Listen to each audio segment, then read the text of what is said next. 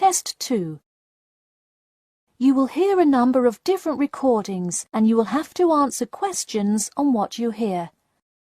There will be time for you to read the instructions and questions, and you will have a chance to check your work. All the recordings will be played once only. The test is in 4 sections.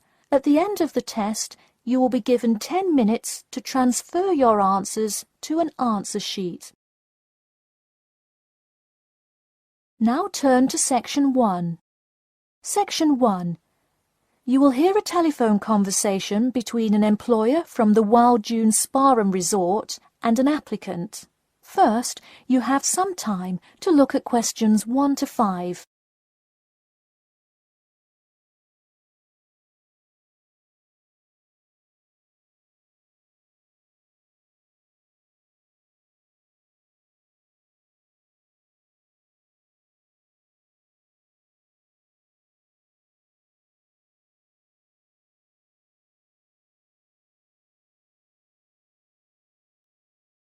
You will see that there is an example which has been done for you.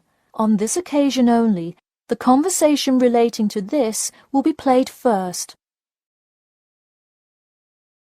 Hello, is this John Murphy? Hi, yes it is. Hi John, this is Ed Heisenberg from the Wild Dune Spa and Resort, calling about your application for our lifeguard position. Do you have a few minutes to talk? Yes, absolutely. The employer says that he is calling about the application for their lifeguard position.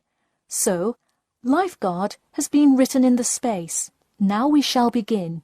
You should answer the questions as you listen, because you will not hear the recording a second time. Listen carefully and answer questions 1 to 5. Hello, is this John Murphy? Hi, yes it is. Hi John, this is Ed Heisenberg from the Wild Dune Spa and Resort, calling about your application for our lifeguard position. Do you have a few minutes to talk? Yes, absolutely. Great, could you give me your address? Sure. My address is 45 Elsinore Court. I'm sorry, was that Eleanor? Could you spell that for me?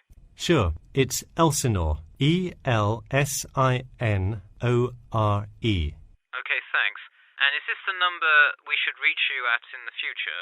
099885767? No, that's my home phone.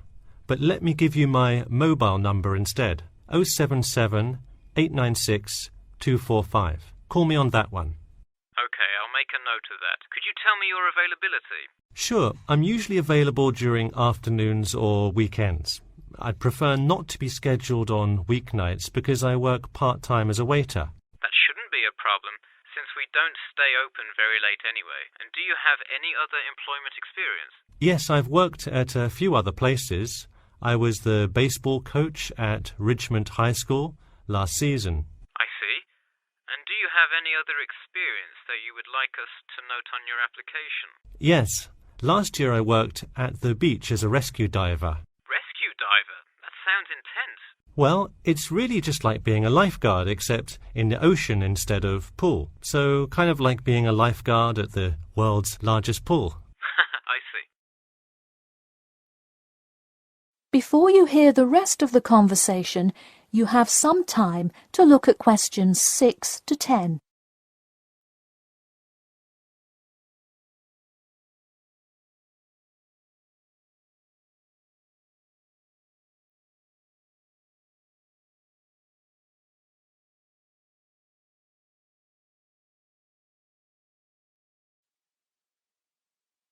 Now listen and answer questions 6 to 10. So could you tell me about the relevant skills you have? I'm guessing a lot given your experience. I'm CPR certified and have 2 years of diving experience. Great. It sounds like you are well qualified for this position. When does your CPR certification expire? I think in November, but let me quickly check my CPR card. Actually, it expires in October. Okay, so regardless, you have it through the end of the summer. When is your ideal time to work? Since I work in the restaurant on weeknights, I like weekends best, specifically Saturday mornings. I see.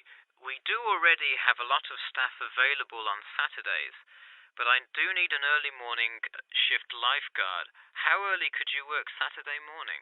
I can get there by 6 o'clock if need be. You'll be happy to know we open a little later than that, but I'll put you down for Saturday mornings here. Oh, awesome. I can't wait to get started. How about you come in next Saturday, the 12th? That sounds good. Great.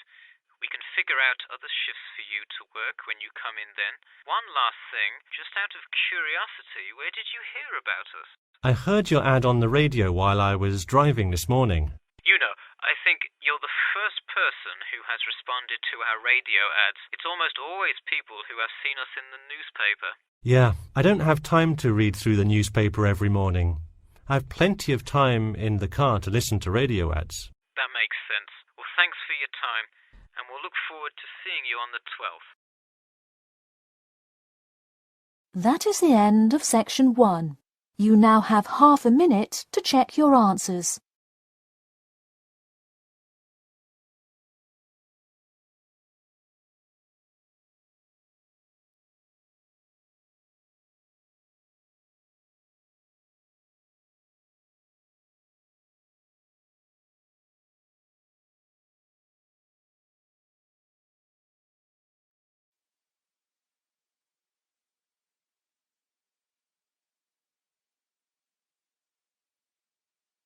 Now turn to section 2. Section 2. You'll hear part of a free class about safety around campus. First, you have some time to look at questions 11 to 14.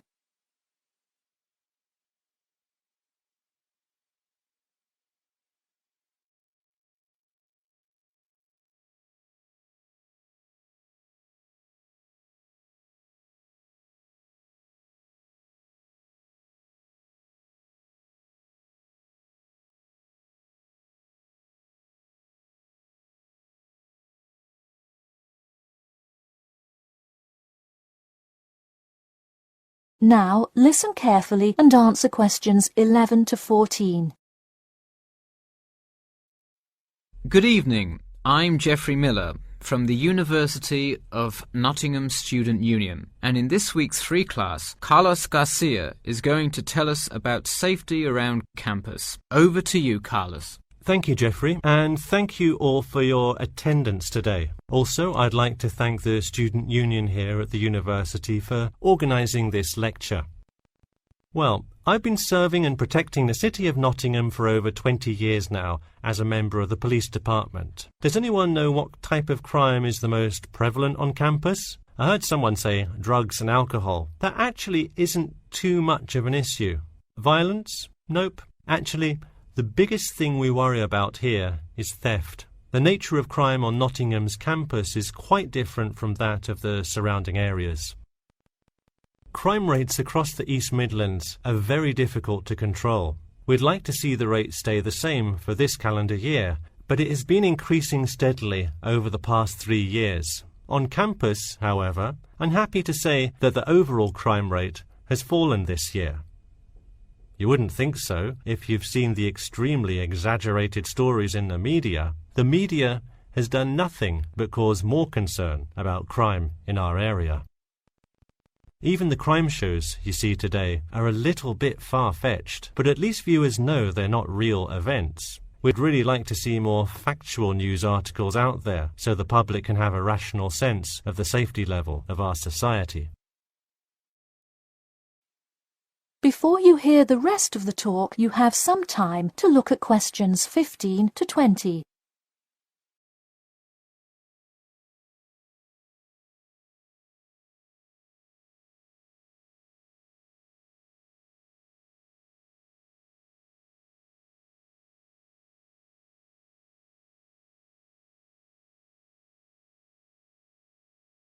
Now listen and answer questions 15 to 20. Okay, let's move on to what to do when you see a crime. Do not get involved if at all possible. and do not draw too much attention to yourself by running away in a conspicuous manner. Though most likely, and hopefully, you will not have to experience this situation, if you are being mugged, please do not try to resist. Instead, be compliant and seek help after the incident. Like I said, though, it is highly unlikely that you will find yourself amidst a crime, but it is important to be prepared should it ever happen. We find that educating students and staff on the correct precautions to take is the best way to increase your safety. Just remember to be smart when you're out late at night and avoid any area or person that looks suspicious. I know it sounds obvious, but I cannot stress this enough. It's also not a bad idea to have your mobile phone with you at all times, but be careful. If you're chatting on your smartphone on your way home, you're a prime target for thieves. I'd like to see a show of hands. How many people have left work or the library after 10 p.m. to go home before? A lot of you, right? If you do have to go home late at night, please don't walk home alone. More often than not, there's someone there that will be walking the same direction as you at some point. Walk home with a friend or co-worker. Even if you must use your phone to call someone that's nearby to walk with you, it's always safer to walk home with someone. So when you're walking home, you may feel more comfortable with some sort of self-defense, such as pepper spray. Now, it's your call whether you want to carry something like this or not. However, I absolutely advise against carrying a knife or any other offensive weapon. All too often, they can be used against you if you're disarmed, putting yourself in more danger. For all those interested, the Recreation Centre offers a free self-defense class to all students every Thursday evening. While obviously an introductory self-defense class may not equip you to fight off villains like a regular superhero, it does come in handy sometimes. After taking a self-defense class, you'll surely be more aware of possible dangers and how to deal with them. So hopefully now you have a more complete understanding of the nature of crimes committed on your campus and how to avoid being a victim. I know most students at the University of Nottingham are not the criminal types, but remember that there is no barrier like a wall or something keeping non-students out. There's no army force securing the borders, and I doubt anyone wants it that way. The campus is generally a safe place, but it's not immune to small crimes once in a while. All right, that's all I have to say for today. Stay safe. That is the end of section 2. You now have half a minute to check your answers.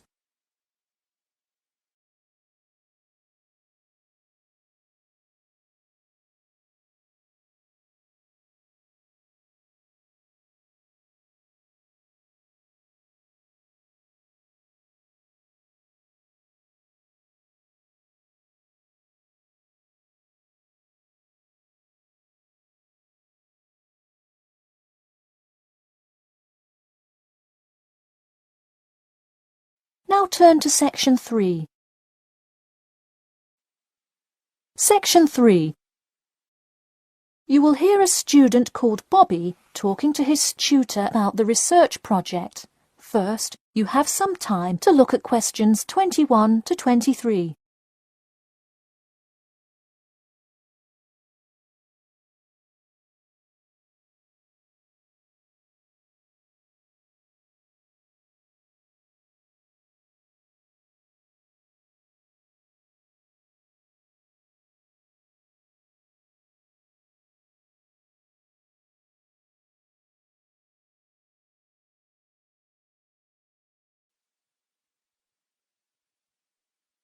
Now listen carefully and answer questions 21 to 23. Hi Bobby, go ahead and sit down. Tell me about your research project. Well, I decided to research football and keys for success on a football team. That sounds great. What are the guidelines for the test? Did the teacher talk to you about it in class? No, everything is on a handout that was passed out. It says that the first draft is due at the end of next week, and the second and third are due later on in the month. I don't understand why we have to keep revising and fixing it. Is this assignment really that important? Well, this project is a major requirement for passing 11th grade English and will go on your permanent record. Oh, really? Does that mean it will affect what English level I am placed in next year? Well, not exactly. You need a good grade to move on, but it is your overall grade and teacher recommendation that determines what level of English you are placed in next year. Anyway, tell me about your topic choice. Do you play football? Well, actually, it's because my father loves the sport. He watches it every weekend. Cool. It's a good idea to report on something you're interested in. Before you hear the rest of the talk, you have some time to look at questions 24 to 30.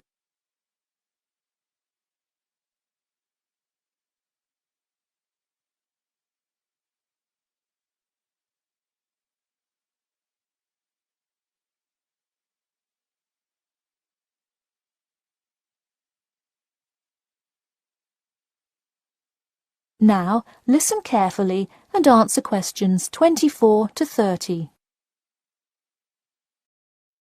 I see you worked hard calling players and the head coach to talk, so let's see what information you got. Well, you have to listen carefully to the first call on the recording.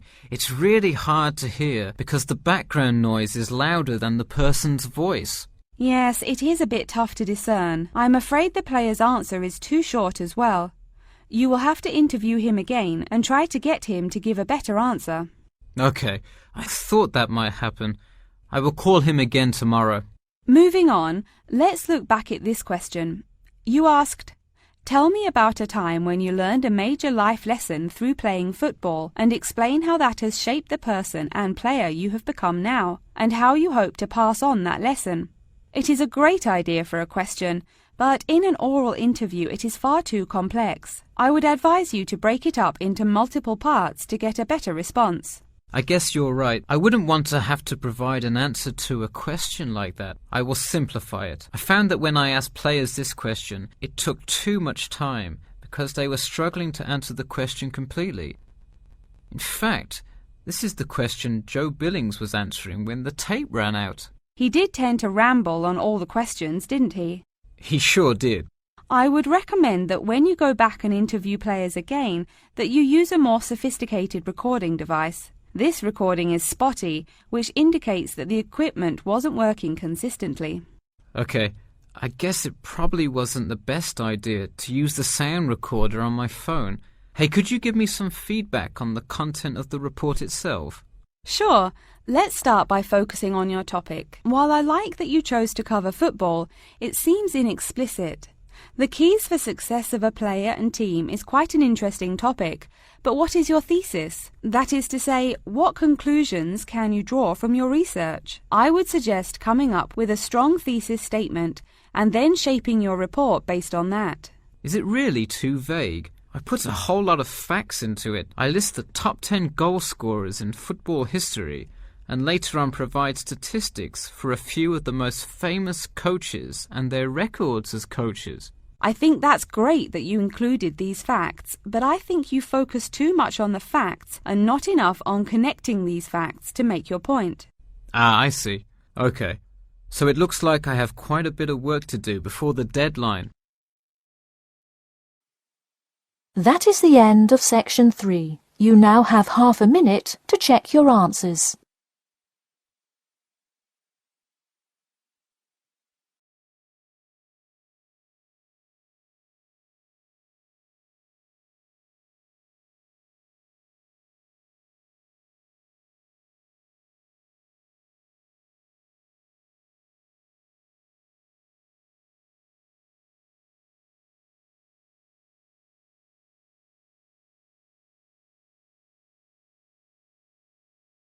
Now turn to section 4. Section 4. You will hear part of a lecture about how to give a quality speech. First, you have some time to look at questions 31 to 40.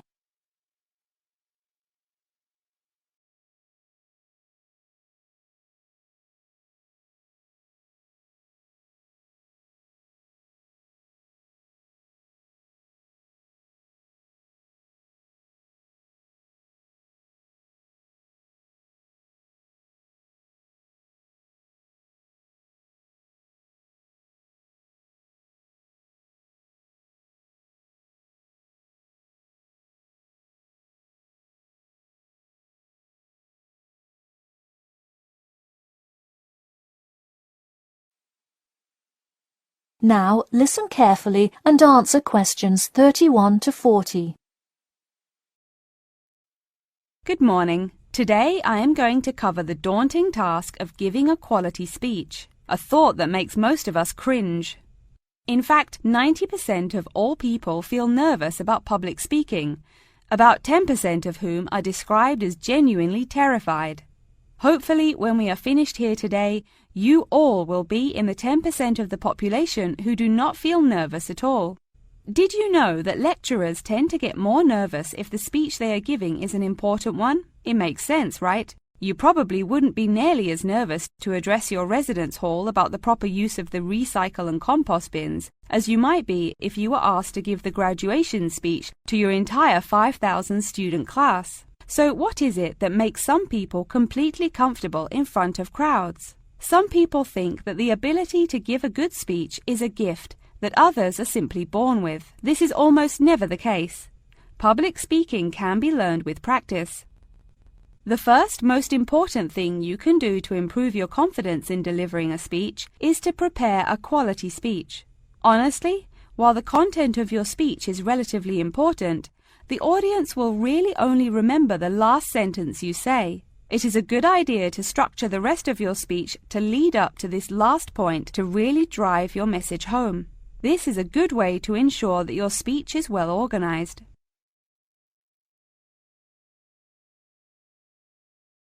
Once you are confident in the quality of the speech you have written, the rest is just about your stage presence.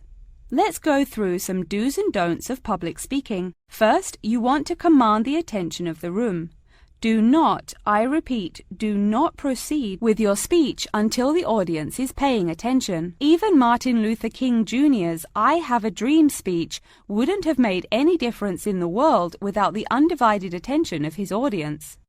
To continue with the I Have a Dream example, one of the reasons that MLK was such an effective orator was his ability to speak with passion and engage with his audience. That sort of charisma does not come from reading straight from paper.